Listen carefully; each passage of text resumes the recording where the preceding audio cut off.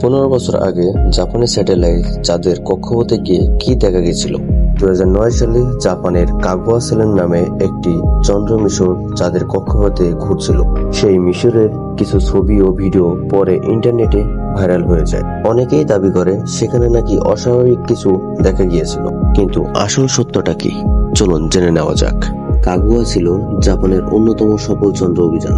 এর উদ্দেশ্য ছিল চাঁদের পৃষ্ঠে মানচিত্র তৈরি করা, খনিজ উপাদানের বিশ্লেষণ করা এবং হাই রেজলিউশনের ছবি সংগ্রহ করা। মিশনটি হাজার হাজার ছবি ও বৈজ্ঞানিক তথ্য পৃথিবীতে পাঠায়। ইন্টারনেটের কিছু ভিডিও ও ছবি ছড়িয়ে পড়ে, যেখানে দাবি করা হয় চাঁদের পৃষ্ঠে অত্যন্ত আলো বা রহস্যময় কাঠামো দেখা গেছে। কেউ বলে এটি এলিয়েনদের ঘাঁটি, আবার কেউ বলে এটি কোনো গোপন নির্মাণ। এসব ভিডিও দ্রুত ভাইরাল হয়ে যান এবং নানান ষড়যন্ত্র ছড়িয়ে পড়ে। বিজ্ঞানীদের মতে এসব রহস্য দৃষ্টির বেশিরভাগ ছিল ক্যামেরার আলো, ছায়া, প্রবাল, ছবির কোণ বা ভিডিও সম্পাদন ফল।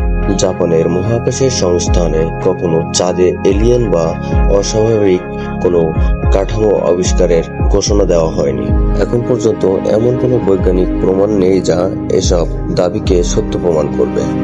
তাহলে 15 বছর আগে সেই রহস্য কি সত্যি রহস্য ছিল, নাকি এটি ছিল ইন্টারনেটের আরেকটি ভাইরাল গুজব?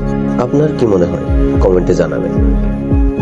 এমন আরো রহস্যময় মহাকাশের ভিডিও দেখতে আমাদের মায়াজাল চ্যানেলটি সাবস্ক্রাইব করে রাখুন এবং লাইক দিতে ভুলবেন না। ধন্যবাদ।